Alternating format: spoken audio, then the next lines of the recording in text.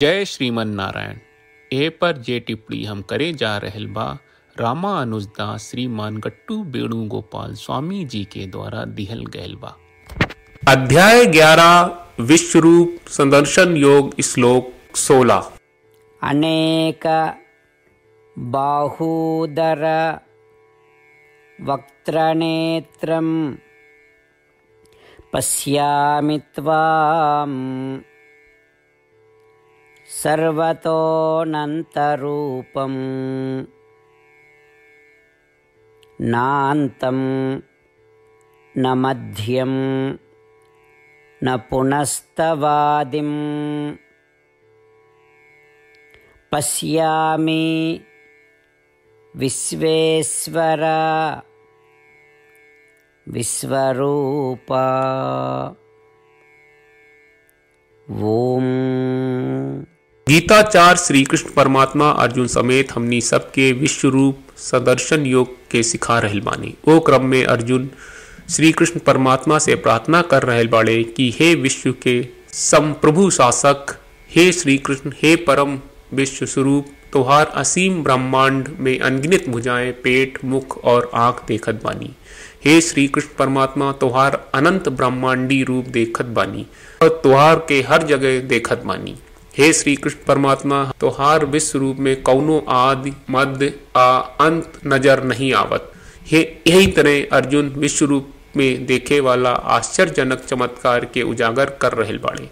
हमनी के अर्जुन के अनुभव के भी समझल जाए और ई विशेष भाव होके कि जौन ब्रह्मांड हमनी के देखत बानी ऊ परम श्री कृष्ण परमात्मा के देह के ही अंग बा।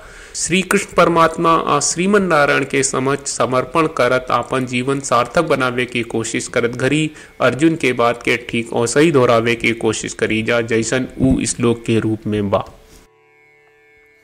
अनेक बाहूदर वक्त्रनेत्रं पश्यामि त्वां सर्वतोऽनन्तरूपं नान्तं न मध्यं न पुनस्तवादिं पश्यामि विश्वेश्वर विश्वरूपा।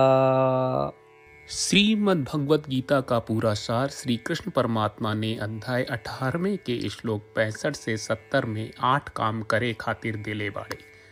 श्री कृष्ण कहले, हम ओ लोगन से प्रेम करनी जो लोग इन 8 बातन के मान तारे। हम ओ भक्तन के हर तरह से रक्षा करब। श्री कृष्ण परमात्मा के द्वारा बोलल गईल संपूर्ण भगवत गीता सुनला के बाद अर्जुन कहले, करिष्ये वचनम त्वा, जेके मतलब बा कृष्ण मैं उही करब जौन आप कही। यही कारण बा श्री कृष्ण अर्जुन के हर तरह के सफलता आ विजय प्रदान करेले। आई परमात्मा के आपन व्रत देई कि हमनी के ये 8 गौ कर्म के पालन करी जा।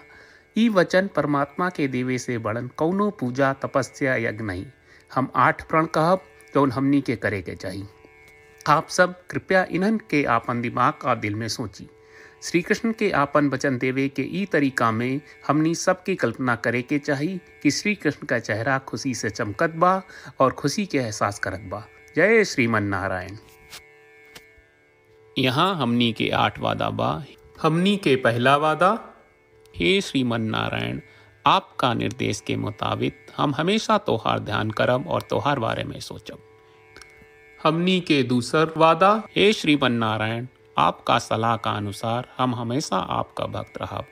हमनी के तीसर वादा, हे श्रीमन नारायण, हम आपन सब काम तोहरा सेवा के रूप में और तोहरा संतुष्टि खातिर करब। हमनी के चौथा वादा, हे श्रीमन नारायण, जैस की आप माने के कहले रहलू, हमरा बहुत विश्वास बा कि हम आपके होई और हम हमेशा आपन दोनों हाथ जोड़ के आपके नमस्कार करब और आपकी पूजा करब। हमनी के पांचवा वादा, हे श्रीमन नारायण, हमरा के तोरा बात माम एकम शरणम ब्रज 1866 याद कहले, जहाँ आप हमरा के आपन का अर्पित करे का कहा। श्रीमन नारायण, मैं हमेशा तोहरे शरण में रहब। हमनी के छठवां वादा, हे श्रीमन नारायण, हमरा के तोहरा बात माँ सुचहा 1866 याद कहले कि आप हमनी के शोक ना करे का आश्वासन दे रहे बड़े, हम अब और शोक ना करब। हमनी के 7वां वादा, हे श्रीमन नारायण, आपने हमरा खातिर श्रीमद् भगवत गीता के वितरण करके हम सबके कृपा कहले और आशीर्वाद दहलेबा।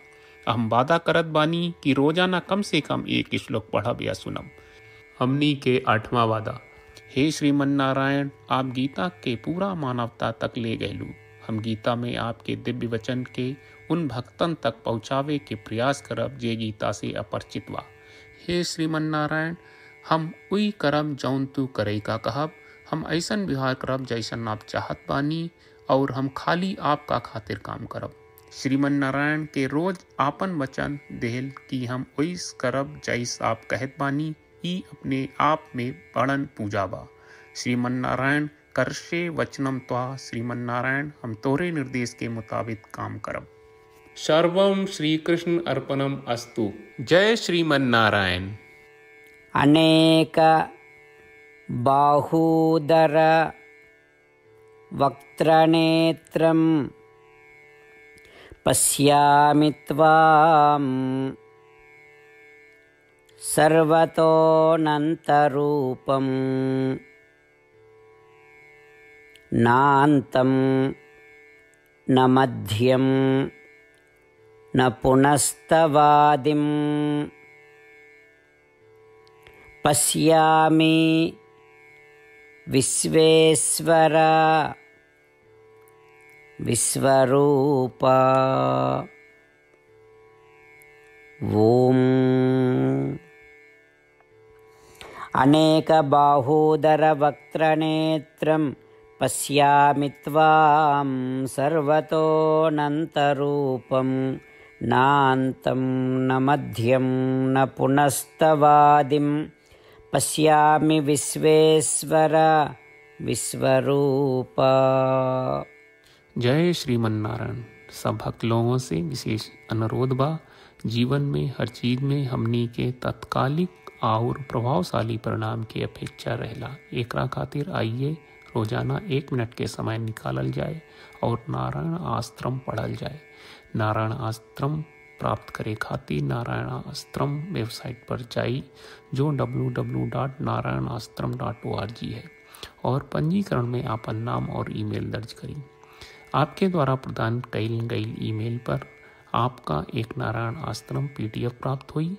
PDF में एक रामायण श्लोक, एक गीता श्लोक और एक विष्णु नामम बा।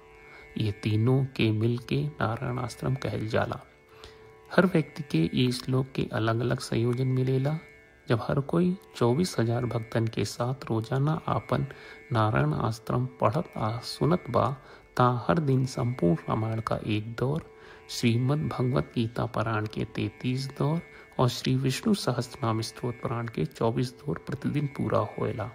ई एक बहुत ही उल्लेखनीय और विलक्षण परिणाम बा जौन हर एक दिन ऐसकरे से निकलेला। ई कारण बा कि आप और आपके परिवार के सदस्य तुरते जाके आपन नारायण आश्रम प्राप्त करी। जय श्रीमन नारायण।